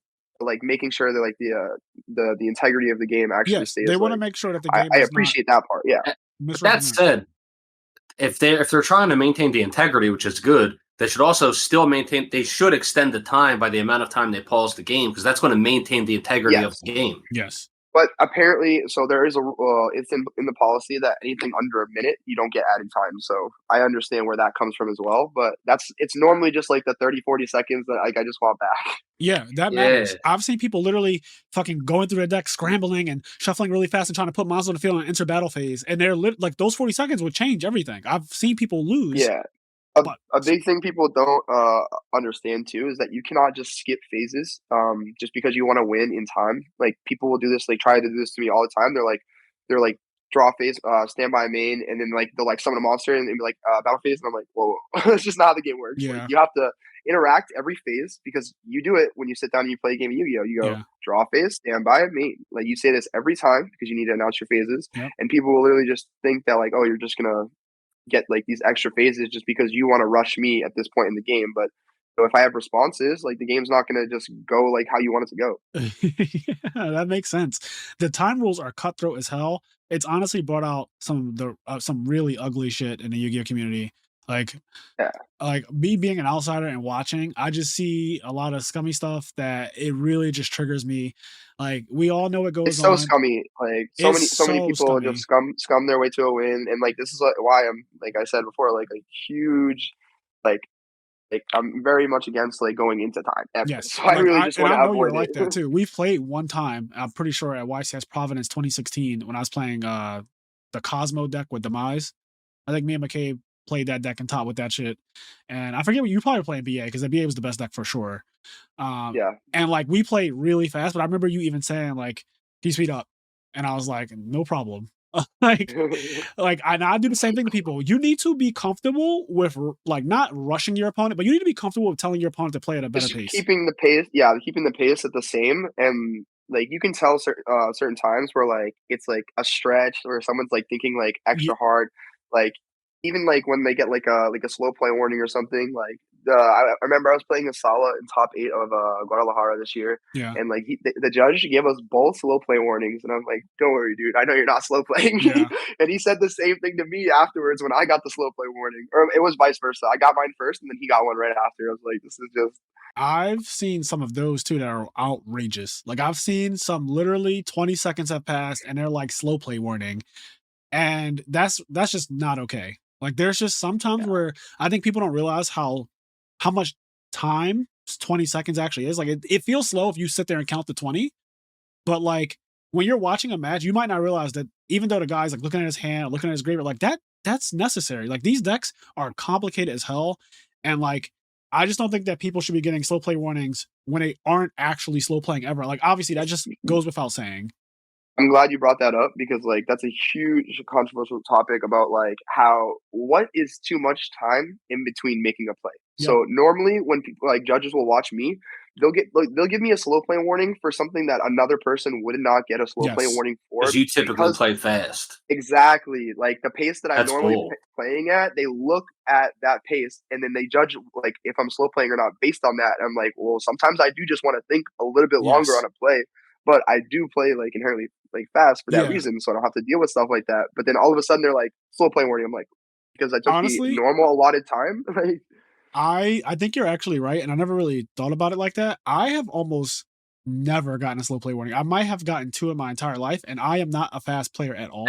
Because Frazier will just sit there every like, you know what I mean? I think for a good amount of time, and sometimes like when I know exactly where the game state is, I play fucking fast as shit. But when it's like early turn setup and like opening hand, I literally look at my opening hand for like the same amount of time as Ben Leverett, if you know what I mean. And I'll look at my opening hand, and then let me just shuffle my cards real quick. Yeah, I'll shuffle my cards. I'll make sure I know exactly what I have, and then like, okay, this is how I'm going to open, because I feel like the opening back then, especially, was like so important. Now it's like, do you have combo or not? Like, you should just know. You should just have your combos memorized. There's no reason why you should be taking way too long. But what I get afraid of when I watch you play on stream, you do play very fast, which is great. But I think that what you said makes a lot of sense, because when you start to think, it slows the game down so much from what they're used to watching. It makes them want to give you a slow play warning. And what I mean by that is when you play and you stop to think, you put your hand on your head. Like you literally do this thing where like you quickly go like this, and then like you kind of go back to like playing the game, but like it's only for a little while. And then that to a person who's watching taking like way too much out of context for them. They're over here like, no, he's like slow playing. Like I'm like, bro, dude, can I think? Like, I promise you, he's not slow playing. He does not want this to go into time. I genuinely think that a lot of the best players just like accept the fact that they're better than a lot of people and they don't need to go into time to win. So if you really think you're that good, then like don't scum your way to a win. Like there's no reason like I am very heavily against it. Like I would rather just play like the last 5 minutes like of a game like super quick, so that we actually like come to like a conclusion, like who's the actual winner. But like you never really feel good in like situations like where you like win in time just because you're up in life points. Like you could literally just be down like 10 cards on the board and like still win, which is like so sad. Yeah, and it's happened. I've brought this up before. So Chris, what do you think about because this sounds like something that would benefit you. What do you think if Yugioh adopted something similar to like the chess clock, where you know both players have a timer, and on your turn, your timer is running, and when you end your turn, you press the button. In that instance, the judges don't need to have slow play warnings because each player has like an overall kind of chess clock timer. So when you get to the end, it's like this guy wasted 40 minutes. So like you, for example, you play all your turns relatively quickly. You'll have so much extra time on your clock to actually, sit there and have a chance to think and, et cetera, et cetera. I think Yugioh, everybody has expressed the idea of redoing the time rules and they don't like the time rules. I think something like a chess clock is something that would really benefit Yugioh. I think it would benefit the game and like definitely how they would handle like penalties, but I think obviously like it would never happen because they still want to keep that like casual player base, and that would like add a whole different dimension to it. And it's like, and I think who's gonna want to sit down and play something for fun and then just I have a time clock in front of me now, Yeah, I was gonna say I think the reason why it's unrealistic, and I love the idea, Kenny. Honestly, I really do, because it would be great. Especially to get practice like that. That would just be fun to do in real life if you want to play test, just to see how fast you can get, right? Like if you just did it to play test, like have a clock and do it. So that way I'm not the fucking person taking this time. I feel like it would be crazier too, because like imagine if it's not in between each play, it's like every turn, right? Yes. So like I'm pretty sure you could do like turn like a 10-minute combo into like a 2-minute combo if you just like know what you're doing already. Yep. Like it shouldn't take as long as how long people actually take like you said, people do play casual even at a YCS level when they're comboing. There's a lot of needless shuffling too. Like there's a lot of just I'm a fan of the shuffling, not a fan of like when they're like shuffling their deck after every interaction. I'm like, I'm just gonna put my deck down, and then once I need to cut, I'm gonna present my deck. Yes, if I'm going to draw a card, obviously I'm going to give you my deck. Like, but if I'm going to search again, so skeptical about it. I don't know why. Yeah. What if? Now I don't think. I was just asking to hear your opinions on it. I don't think they'll ever implement it in any form. What if they implemented it just like in top 32 or top 16? Do you think that's something? What they do for top cuts nice? They add more time. Yeah, so I think starting in like top 8 or something, the timer gets to a point where it's like an hour. Yeah, which is crazy because I'm over here thinking, I'm like, this is what I want. Like, I don't want to get cheesed in time. Like, I want to play out my whole match. Like, this is way more than enough time. There was they really fixed it with that. There was a really interesting discussion with Joshua Schmidt and I think on Pack's podcast or on his live stream about time, and they brought up a lot of good points. And one of them, when they asked Josh what he like thinks about like increasing the time overall, because they acknowledge that you need more time because they give you more time for the finals, they give you more time for top 4, they give you more time for top 8. So that's the company acknowledging that people need more time to play, or that they at least know how to get a guaranteed conclusion without it just being life points, right? Like they know that adding an extra 50, because right now it's at 45 minutes. So if they know if adding 15 minutes will get us to a guaranteed conclusion pretty much, like why don't they do that for every single round, including Swiss? And we'll be here till like Monday. Yes. And so that is the issue, because Konami is now paying the actual judges money. Like it's no longer just product. They're giving, like when I judged for a while under the new payment plan, and it's just like minimum wage wherever you live, which in Philly, it's fucking terrible. I can't imagine though. People in Cali, it's like $15 an hour, right? I think. But like in Philly, it's like $7.25. It's pretty high where I live too in Mass. It's like 18 or not that high. It's probably like 15 or something like that. Yeah, I think it's probably 15, but like you're literally more than double what it is in Philadelphia, which is crazy. Yeah, that's insane. It's like that in Florida too. Yes. So think about that, like how much more money it will cost them, because they are a business at the end of the day. And then the other thing is like, it is a little strange to me though that Top Cut starts to get more time than Swiss, because you're playing a different game, kinda, once you get the top cut and the timer does increase. Like people side deck cards for time now, which I really don't like, but I understand why they do it. It's so toxic because like they force players to do it, like which is the problem. It's you can't have the time rules like this. I don't blame the players when I see Resonator in their side decks. I don't blame the players when I see them doing stuff like that. I just think that it really fucking sucks that this is what it's come to. I know in the beginning of the new time rules, people fought against that like really hard doing that. Like at first people weren't on ship with blatantly siding cards for time, right? Like cards that you would never actually play in your deck anywhere. And now that's what I'm saying. Like, it's everywhere now, which is a problem. But like now it's normal. You recognize the problem. Yeah. Now it's blatantly normal for people to side deck time cards, and I just have a huge problem with the fact that that's a part of the game now that you have to accept. Is like he might resonate with me. I also don't like when the time is at 5 minutes and they're like, "How much time is it around?" The judge's like, "It's about 5 minutes," and the person's like, "Okay, I'll scoop.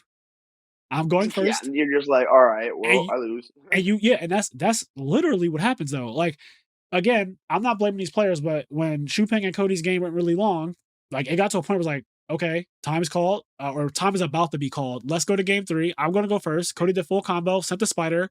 Shuping put his hand out. Shuping didn't get to do anything. Like, he just sat Literally, there. he didn't even finish doing it. He just knew. Yes, like, he just sat there and smiled, and that, like, losing like that. Now, granted, did Shu top Minneapolis? He did top. Granted, they both still topped, which is great. But I would still be really annoyed losing like that. I mean, losing in time has always sucked, but like the new way, you don't even get a turn. You don't even get a chance to like defend yourself or try. You just instantly lose the game. So I'm glad. Yeah, the old rules were way better, honestly. Yeah. Comparison, like having the 5 turns, at least you got to finish the match, which was like at least you guys got battle phases, bro. Imagine just not getting battle phases. Like battle phases. Yeah, just the phase thing is kind of crazy. Like just one phase, like. That's just that's outrageous. Yu-Gi-Oh without battle phases is crazy. Like Yu-Gi-Oh with no like Yu-Gi-Oh is battle phases. Like that is the game that we want to play. Like we want to like no battle phases is insane. But yeah, that's the end of my rant as far as that goes. I really don't like the time rules. I don't even know what the perfect solution is because every solution has problems. And that was a part of the discussion on the like PAX podcast with Josh is like no matter what you do, there's some level where it's better than the other ones. We just have to figure out what it is. But naturally, Konami is not really willing to change often. It takes a long time for them to do something as drastic as change the rules. But something does need to happen. Like I know they added 5 minutes to the overall time, but I don't think that's enough clearly. And feature matches naturally just get interrupted way too often, in my opinion. I just think that when I'm watching feature matches on stream and a judge reaches over and then the players are just stopping and talking to the judge, I get that like they're trying to make sure that the integrity of the game is held. But what's funny about that is that oftentimes in those same feature matches, illegal shit happens so often. And it doesn't get like caught. When I was playing in Top Cut, it was crazy. We had to rewind the game state in 2 separate matches. I was like, of Minneapolis? Yeah, in top 4 and in the finals. What happened? In top 4, I don't know if I saw top 4. Top 4, I played versus Marcus, and then he made Avermax with a IP. That was someone from the graveyard. Yes, Elf brought it back. I'm guessing. Yes, Elf brought it back, and then he couldn't do that. And then in the finals, since he had thrown me off because he had said I still have my extra normal summon, and then he goes 2 command no effect, and I was like, oh, I'm about to get like empined. But him saying no effect, it was crazy. So we had to rewind that. Because he's like, wait, how did he summon the Empen? Because I had negated the Eaglin effect. Yeah. So we had to rewind that game state, which is ultimately we winning that game because you're not resolving Empen. It's pretty.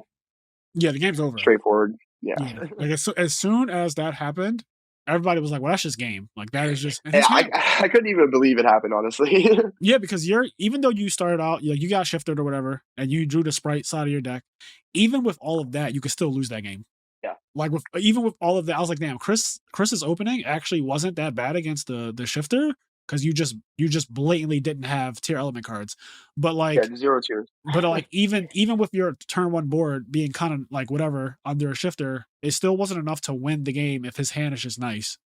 I believe if he knew what I was playing and he just played shifter at the start of the turn, I probably would have lost because then I wouldn't be able to make Elf and then summon back the two guys. How did you start your turn off? I started with Fenrir. I also misplayed too. I should have summoned it in defense mode. Yep, I was just totally spacing out. They I was like, out. Yeah. And that's like what everyone has told me. They're like, you misplayed in the finals. I was like, okay, that's fine. Yeah, I don't like, if I won. Like, come on. I mean, I do like criticize myself like more than anyone. So like, I had it already known.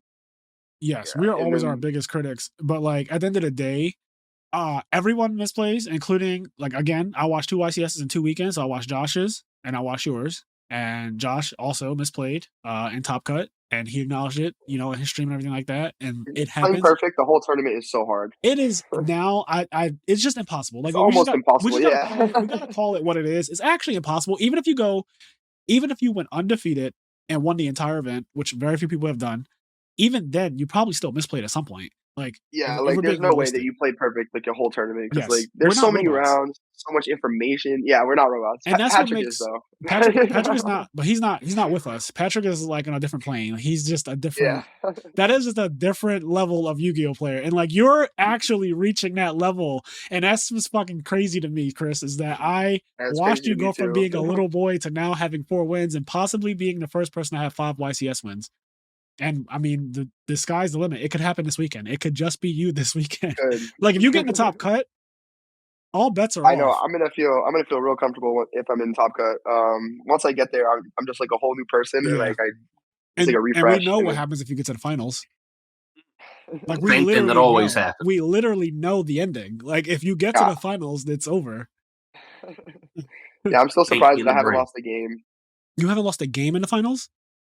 Yeah, correct. Oh no, I thought you at least lost a game. You haven't lost a game in the finals. That's fucking insane. So you're 8-0 in the finals. Yeah. You just straight up have won 8 games. That's absurd. Also, I haven't brought this up yet, but you also won a ARG championship too. Yeah. Right? Like that is a thing. And like we should not forget about that because those tournaments were hard as fuck as well. Yeah, that was a really tough tournament. I also didn't lose a game in that finals too, though. But it was Jesus. So you're actually 10-0 in the finals. You're actually just 10-0. So if you get to the finals, you don't lose. It was 3 out of 5. Oh, okay, my bad. You're 11-0 in finals. This is great. It was crazy. What'd you say, Kenny? So he just does. If he gets to the finals, like he really just doesn't lose. Like what the fuck? I technically lost 1 game in the finals because I won another circuit where I lost. I won 3-1. So I'm technically 14-1 in finals games. All right, you got one in a different circuit. But we just talk about ARGs and Konami events. You are literally undefeated in the finals and like actually in games, which is fucking unreal. Yeah. What was that was another circuit ARG though. The one where I lost in the finals. Oh, okay. Or 1 game. Yeah. I was gonna say, for the ARG championship that you won. Wait. So wait, how many? So you have 4 Konami wins and then 2 ARGs. Oh, I didn't. Okay, I'm missing some shit. Hold on, we gotta talk about this. Wait, what ARGs did you win, and what were the decks? Refresh my memory. I'm an old man now.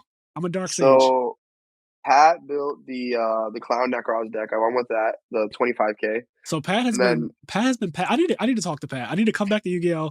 I need to get on the team with Pat, and I need to fucking get my second win and like stop playing because clearly it's even crazier. Pat is the LeBron James of Yu-Gi-Oh because he just fucking come to my team and I will get you a ring. Like fucking who's the guy with the unibrow on the Lakers that got a ring because of Anthony Davis. Yes, he's like, come to my team. I will get you your ring, King. That's Pat. Pat is literally LeBron.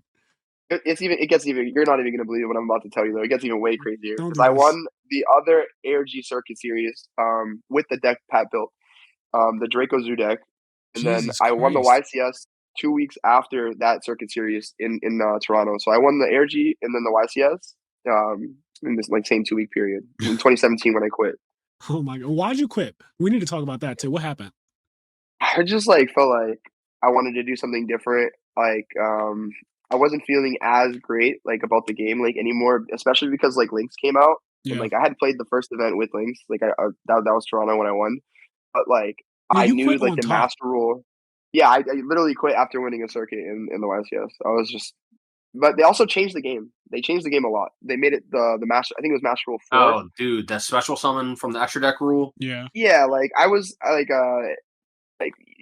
sure you guys saw like my like Synchro Fusionist deck. I'm like, yes, just extra decks like in general, being able to access everything was what I loved about the game. I'm like, well, now it's about to be like so like out there what you can actually do. Yeah, they limited the game a lot and it made it really not as fun.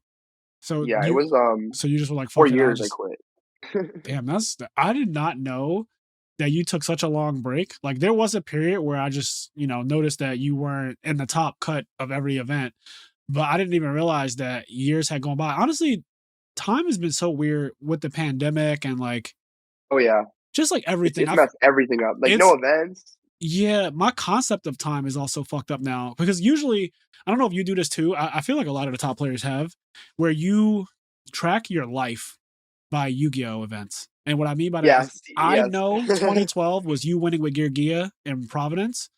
I know 2012 is like the year where I taught with windups and like windups won national. I look at it the same way. Like I was like my whole life is like determined based on like what year like I played like or like where what year I went like to like X plays.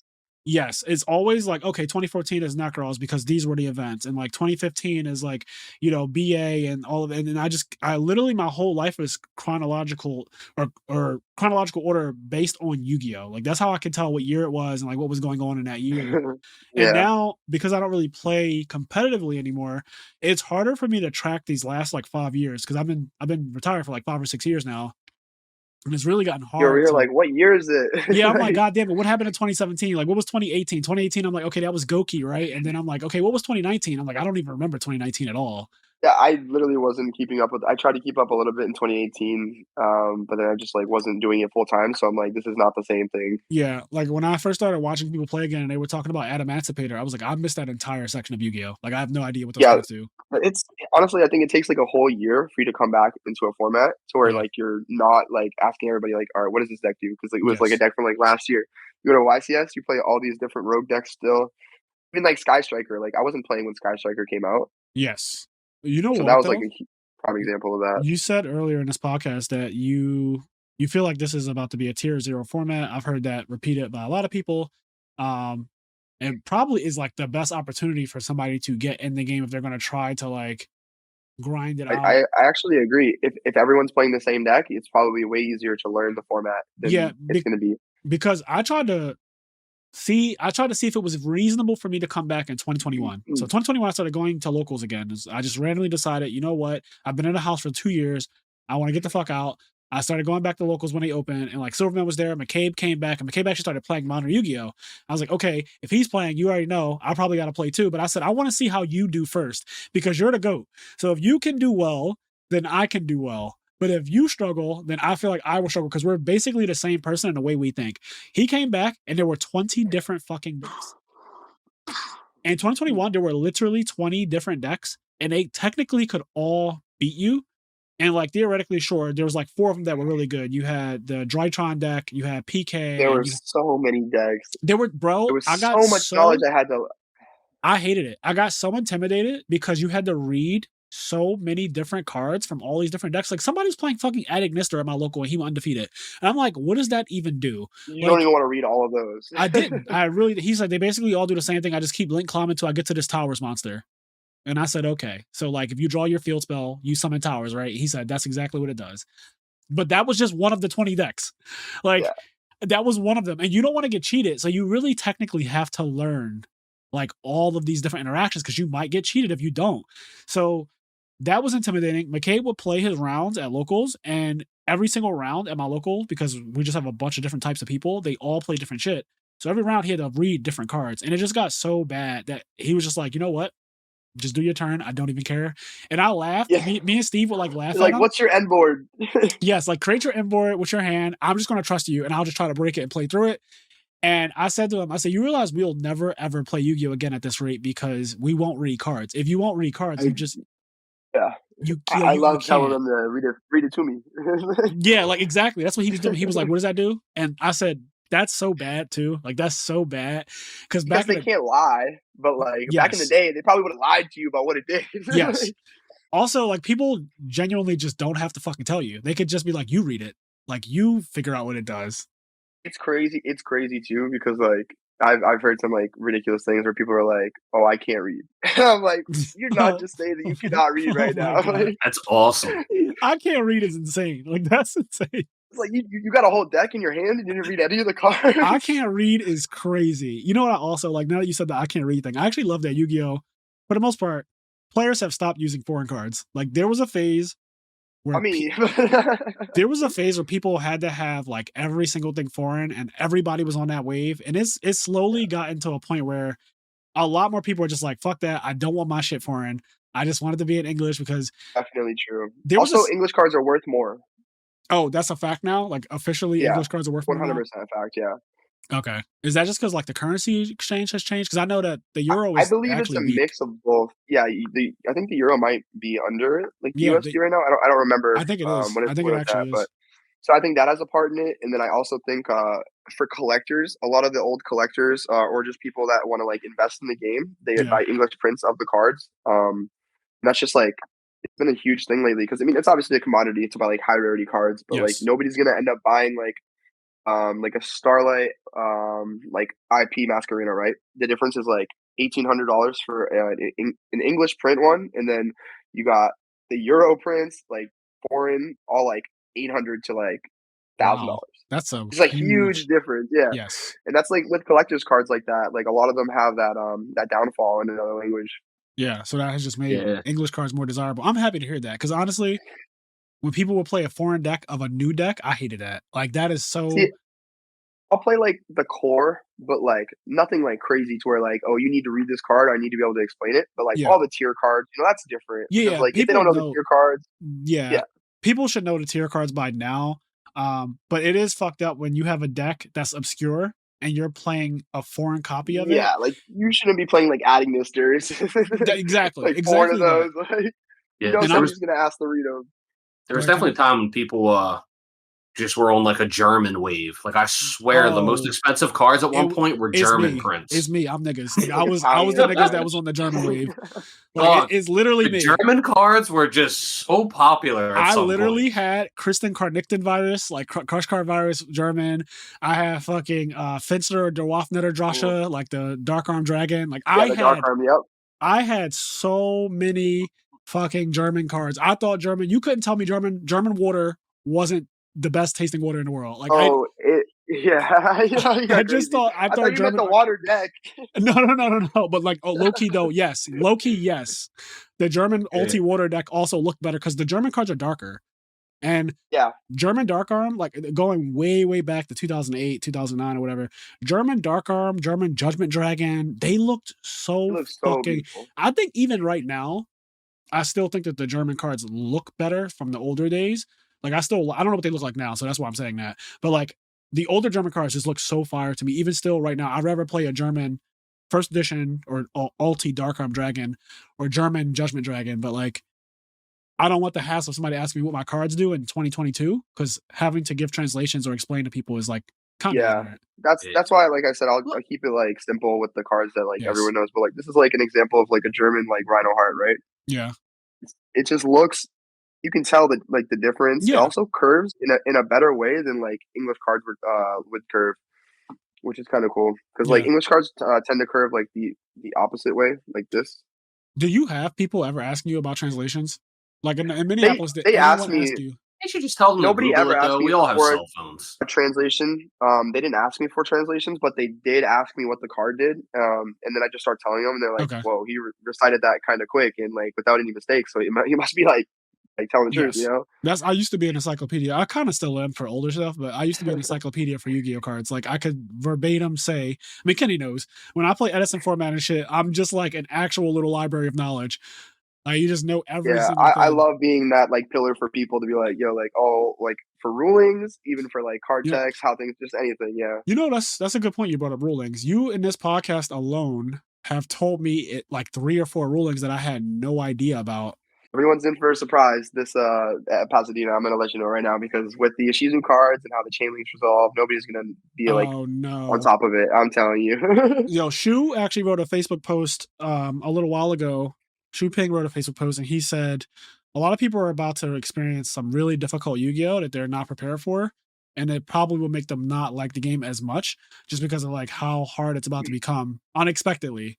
Like people don't realize. It's mainly because of the tier 0 format that they're like enabling. Like you have no choice when you have cards and say like when this card is sent from the hand or deck to the graveyard, you mill 5 from your deck and your opponent's. Like if you're not playing graveyard cards in a format where 2 of those cards are legal, like you're almost guaranteed not even like in contention. Yeah. But like I said, unless you're playing like Thunder with D-Shifter, like that's like actual. And if you don't draw D-Shifter, you get fucking bodied. Yeah, you just lose because now I'm milling 5 and it's like.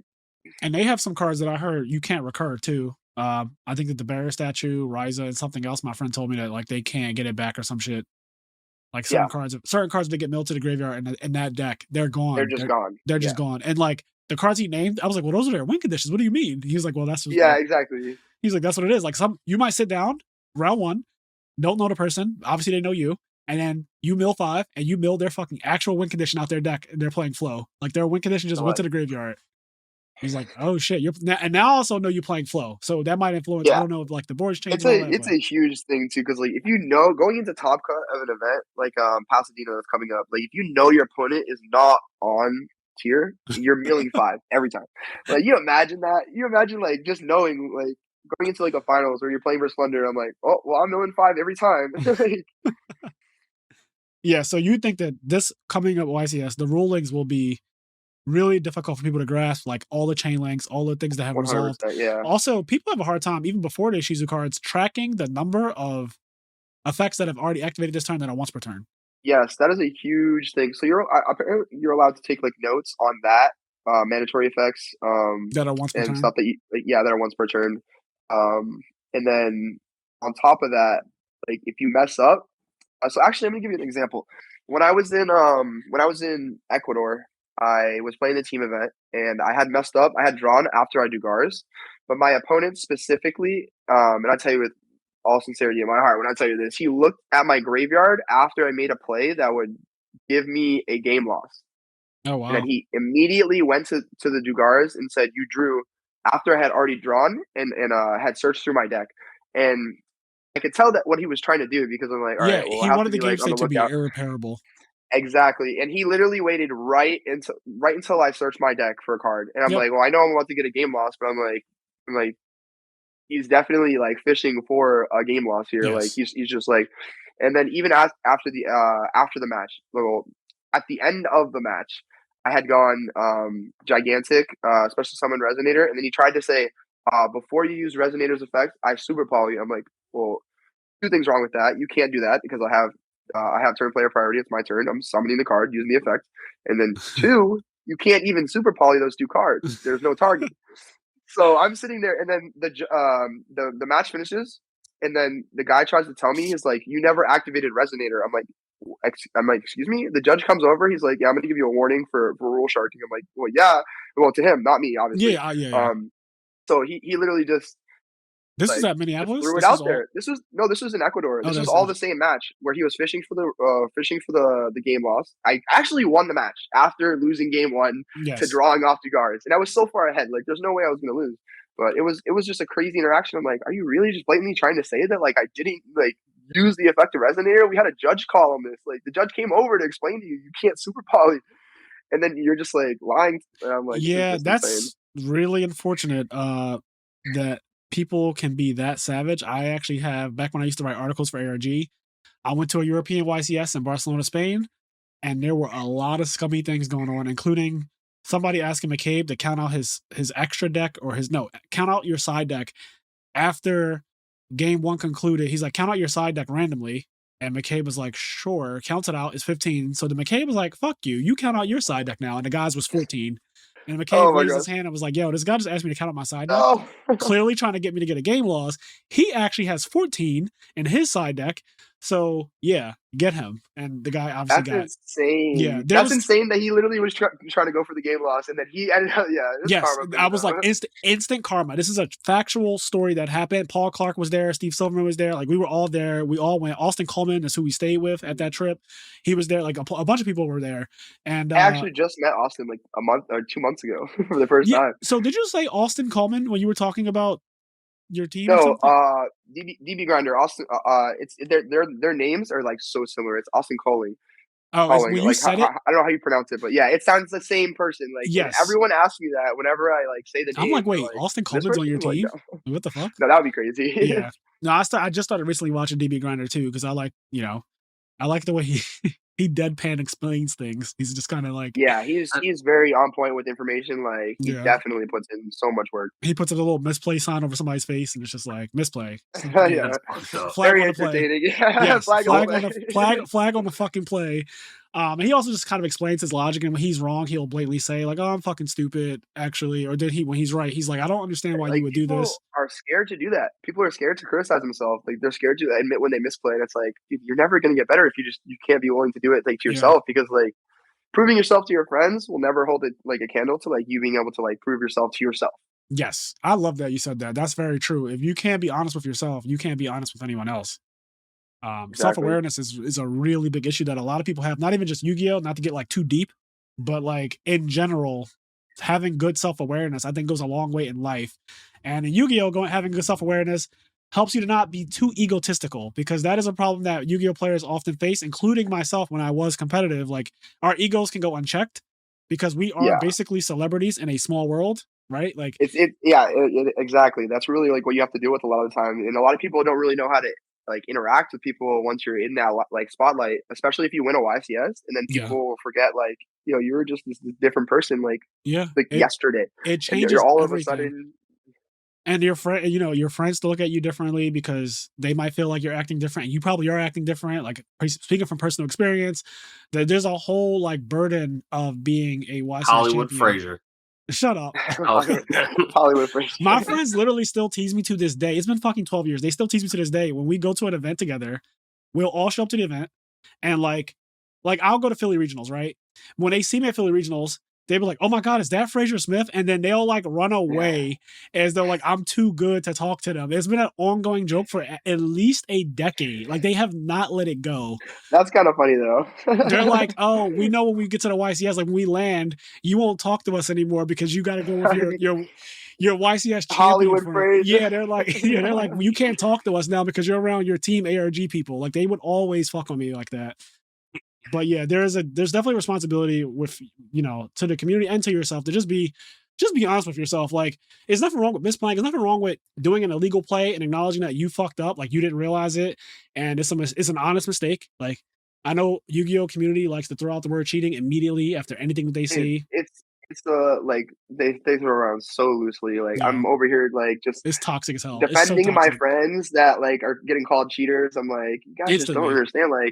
Like I was getting a call to cheater when I was 15 years old, like about the Angeli thing, and they're like, "Yeah, you're a cheater." And then I'm like, "Well, even like the Jason Graumeyer, he like released an article saying like how it was like totally like the judge's fault at the feature match." And I'm like, people just still will say anything. And people it doesn't just matter. make mistakes, bro. I've made the number of illegal plays I've made over the course of my like 10 years of playing the game. I don't know all of them, but I'm sure I have done some.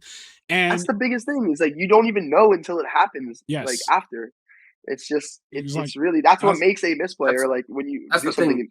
The people saying that shit, they're all people. It's mostly people that have never been in that position. They either don't even play Yu-Gi-Oh and they just watch it as fans and then just love to talk about all the shit. This goes for like everything. It's the same reason why, you know, you're sitting there watching a baseball game, the Phillies in the World Series, and somebody will like throw a pitch and like they'll be like, "Oh, this guy sucks." Yeah, you're like, "Why are you not at bat?"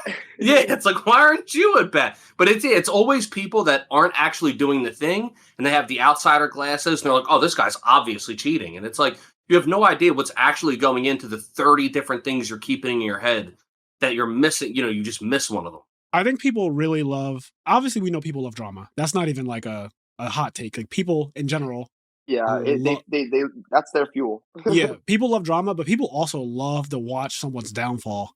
Like, I don't know. That is like a huge thing. I don't know why, but that's a huge thing as well. Like, people will like enjoy when someone has like this like bad luck streak or just like they're really down. And I don't understand. I'm like, yeah, people love that shit. I think it goes back to the thing you guys were saying earlier about being self-aware. I think that, you know, there's a lot of people that are just like they can't figure out. They played, they practiced, they bought the same cards you bought. They can't figure out why they can't win 4 YCSs. So like that guy must have been a cheater. Well, in their defense, most people that is a big win 4 YCSs.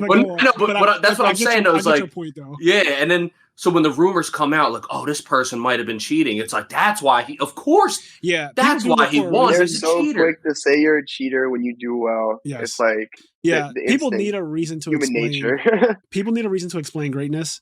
And if they can't accept that you're actually just really skilled, then obviously the only other explanation is like, well, you must be cheating, right? And it sucks because, of course, Yu-Gi-Oh has cheaters. That's not a surprise. Every game that's ever been played in the world has cheaters. But yeah, you're gonna deal with like people getting grouped in like that is the problem. But the number of cheaters, I promise you, is much smaller than the number of people who are just genuinely skilled at the game and like are able to just outplay your opponent. Like, a lot of my wins that I've ever had were just because my opponent was awful. Like, they just played bad. I didn't even do it. Like, it was their game to win, and they just gave it to me because they were that bad. Like, I just sat down, and my opponent said, "I do not want to win this game." Speaking of that, I feel like that it's like super relevant. When I play in the game, like nowadays, like people look at me, they're like, you know, like Like I've won tournaments. I still look at every match, like every game, like even like of Yu-Gi-Oh, like the same. Like I love the game. I'm playing it, not to Yeah. like think higher of myself as like, oh, I'm gonna win. It's like more so like I'm just gonna try my best in every match. But people just tend to give me that like that role like of like, oh, like he's like insane, like, and Yes. they'll just start messing up. Like that just comes with Yeah. like playing like throughout the years and also like building like a reputation. Like it's something, not something you really like wish for to happen when you're playing, but it just kind of happens. It does happen. I've experienced people literally shaking. I've experienced people walking up to Yeah, the table. People walk up to the table and they say, "Oh fuck!" Like yeah, I'm that's sure you've trust experienced me. Yeah, literally. every round at the regional, that literally every round. Yes, even the guy who beat you was scared. Like the guy who beat you with flow, who I drew D shifter oh no, twice. I actually lost to a girl at that regional. Oh, She 2-0'd me so quick. Yeah, she de-shifted me in games 1 and 2, but she destroyed me. okay. But I'm saying like when she sat down, I would assume like She most was the only person that did not say it, like, "Oh man." maybe She See was who girls it just like, was. "Congrats on your win," and then she proceeded to to destroy de-shifter you. me, and then she's like, "Yeah, you can't beat this." I was like, mind blown. Yeah, sometimes it'd be like that. There are some opponents who like they come in with extra confidence because of who you are instead of being like self-deprecating and low. It was nice though. Like I Yeah, appreciated her confidence. I was like, this is exactly how like a match Yu-Gi-Oh should go. Like she knows she has the advantage because of the deck she's playing. yeah, Like she should not feel like any less like good yeah. about like her You definitely situation have to because of be me. Yeah, confident. Going yeah, into a for match, no sure. matter who you're playing. I remember my first time playing against like YCS champions and stuff. Even when I was a winner, playing against another winner, I would get nervous as fuck, and then I had to calm myself down. Like at the end of the day, this is just a game of Yu-Gi-Oh. You know how to play this game really well. Just play the game like you normally play it. Like don't care about who it is in front of you, and then that just helps you so much. No one game or match is ever going to determine how much I love the game. So I just base everything off that. I'm like, I could literally mess up and just have like the worst match I've ever played, but then still feel great going into like another match or game. Yeah, Like yeah. I definitely feel whenever I lose in a YCS, once I'm out of the tournament, I look at it as if I like just lost in top cut. Like I never look at it as like, oh, it's just I didn't make it the top cut. I just lost. I'm out of the tournament. It's like Swiss. Like I'm like I literally can win this YCS until I'm out Yep. every time. I feel the same way. I've lost round one and then top the event, and like like I don't give up on myself until it's actually over, obviously. But like Yeah. I won't give up on myself just because I have a really strong mental, and that's always helped me. Even though I do have natural anxiety, like when they say round one pairings are posted back in like that shit used to make me sweat. That still gives me the jitters. I'm like Doesn't it over give you the here just jitters? yeah, Mind you, because you've won I'm super 4 anxious. Yeah. and you still get jitters. People don't understand. Like that's a real thing. I get so much anxiety before the start of a tournament because it's like obviously there's pressure no matter what. Like we got to be realistic. Like there's still pressure because people expect you to perform. And but once you get into it, it's like, oh, never mind. I'm fine. Like I'm actually Yeah, I think it normally takes 1 or 2 rounds, and yeah, then I'm feeling a little yeah. You're like, oh, up to I'm speed actually on how I fine. should be. I wanted to ask you something. What was your record in Swiss at Minneapolis? I lost rounds 5 and 6, so I was 9 and 2. Okay, so you lost 5 and 6 to what happened? Round 5, I lost to my friend Enzo. He was playing Math Mech. He's actually really good. And he's also young too. I think he's like 17. I've been seeing his name But a lot. I think. yeah, he got top 4 at Charlotte, I believe, this Okay. year. He's been doing really well. But he also destroyed me round 5, 2-0'd me. Damn, He with won the Math dice Mech too. roll, and then he went Circular. Rivalry. Oh, my bad. Yeah, Rivalry. Yep. I went scooped out my cards, Yeah, it's just straight and up then game. You didn't draw your one game scream. 2, I had one play where I went kit, and then he went imperm. I'm like, damn, this tactics doesn't really do anything right here. Yep. And then I just lost. And then round 6, it was actually crazy. So like, I was tied in life points in time in the battle phase, and I made a play to try and go for game. But he had summoned masquerade, so anything I play, like I'm gonna go down in life points. Oh So I my had made a god. play to try and super poly him to try and kill him. But if his last card was a playable card, then I would lose. So I went for the win over just ending my battle phase and taking like the draw, obviously because like we were tied in life. So I'm like I might as well just like try and go for the game. and I ended up just losing because I couldn't do it. And I was like, yeah, I just gotta accept this loss. Like like if I drew, it would have been the same thing anyway. It's the same thing. Also, yeah, everything changes, and you may not have won that event. So I know. I think about weird shit like that all the time, like the butterfly effect. Like it worked out in the end, right? Even in your deck profile, at one point you said, "Well, I guess it didn't really matter because I won." And like that's at the end of the day, like I don't want to change anything. Like all of my well, 3 of my wins are I literally started like 3-2 at my first one, 3-1-1 at the second one.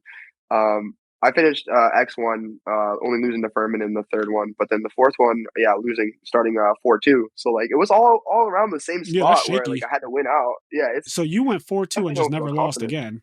Yeah. Like period. Like you just never. Like, how many rounds is that? So that's 4-2 is 6 rounds, and then there's 5 more rounds of Swiss because I'm assuming it was an 11-round event. Yeah, 11 rounds, so it's 10 more rounds after that. So I won 10 in a row. Absurd. I love it. All right. Well, I think that this about wraps this up because we're at like an hour and a half. Both you and I are going to be together in California tomorrow. Yes, sir. That's gonna be so much fun. Yeah, it's actually crazy. We're landing, Kenny. We're landing at the exact same time, basically. And we're guys taking the same plane? No, because he's leaving from Boston. I'm leaving from Philly, but we're both getting to LA at 11 a.m. Yeah. Oh wow. Chris randomly wrote a status on Facebook today. Like I was sitting at my desk. Chris was like, is anyone getting to LA at around 11 a.m. that wants to catch an Uber to Pasadena? And I was like, whoa. Like, what do we have here? And I posted a screenshot. Perfect timing. Yeah, I posted a screenshot of my itinerary. So we're literally going to be together tomorrow. And that's awesome. People already, like Hansel was like, yo, let's definitely like eat, drink, like let's have fun. I'm like, I'm fucking 100%. Yeah, we're definitely going to go out. And this is fun. It's kind of funny because this is that's where we first met in Cali. So yeah, that's true. We definitely did first meet in Cali. So I'm so excited. Everyone is like an adult now this time, so it's great. It's gonna be great. Yeah, I can partake in stuff. Yes, you can actually do things now. All right, so thank you so much, Chris, for being on this episode. I'm gonna do a quick shout out to the people on our Patreon, guys. If you want to see the video version of this podcast episode, you can check out our Patreon. Also, we release episodes exclusively on Patreon that only come out there. So check that out. We also have access to our Discord server. We have like a little community and people give us suggestions on the podcast that we actually choose. We do polls for and stuff like that. So if you're interested in any extra content and things like that, you want to support the podcast, please check out the IMNerd Podcast Patreon. We have a link tree if you don't know where to find it. You can also find our YouTube channel and stuff like that we're slowly growing. We're releasing clips. So a ton of shit coming out for this podcast as it's growing over time. But without further ado, I want to give a shout out to Connie, Austin, Leon, Quest, Garrett, Xavier, Hylian, Dimitri, Alexander Brissett, Vinny Casello, Giovanni Avalos, Henri Reynolds, CJ, WK-1, Dan Varable, First to Home, Dalis Fernaris, S. Akuma, Mitchell Niles, Midwest Gaming, William Shapiro, Demetrius Safiridis, Vince Marquette, Dallas Bailey, Raz Weiss, Nick Stangos, Hansel, our 2-time national champion, absurd.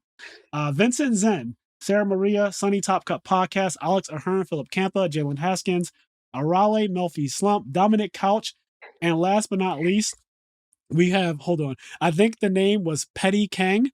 He wanted me to say, so his real name is here because it's subscribed by your email address when you're on Patreon, but he asked me to call him Petty Kang, I'm pretty sure, is our newest subscriber. At our $10 tier. So thank you so much for subscribing. We really appreciate it. It goes a long way. And as I always say, do the things that make you happy. Chris, do you want to give a shout out and like bring up your YouTube channel and like all stuff like that? Yeah, so I just started doing YouTube. So you can check out my channel. It should be Christopher LeBlanc, JNC, and then obviously shout out to JNC, my sponsor, like Dragon Inc., Think Ritual, and Prodigy. I know I have a lot of sponsors right now, so it's kind of that's broken though. You have multiple sponsors. That's fucking broken. So definitely check out Chris's channel. I just subscribed today to it as well. I watched like 2 videos and I was like, all right, what the fuck am I doing? Like, click the subscribe button. Stop playing. Give that man his subscriptions.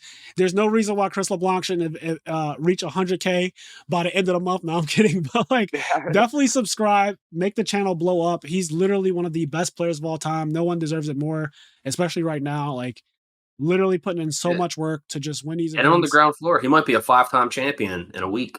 That literally in a couple days. It really could be back to back. It really could be just 5. Happens out of nowhere. If you close your eyes. Also, I just realized I fucked up that guy's name. Sorry, Keith. It's Kang Petty, not Petty Kang. So Kang Petty. I'm gonna get used to this eventually. This is the first time I'm giving you a shout out since you're a new patron. I will get used to it, but right now, because Patreon shows your actual name, it's kind of annoying that it does that. And I even saw if I could change like people's names when I do the shout out thing. Like if I could give them nicknames, that'd be so cool. So I'm gonna have to remember that. But it is Kang Petty, first time doing it. Shout out to you, our newest patron. Thank you so much. But yeah, everybody, I will be in California with Chris and a bunch of other people. We're going to have a great time. Hopefully somebody that I know, Chris, wins, and it'll be great. So have a good one. We're out. Peace.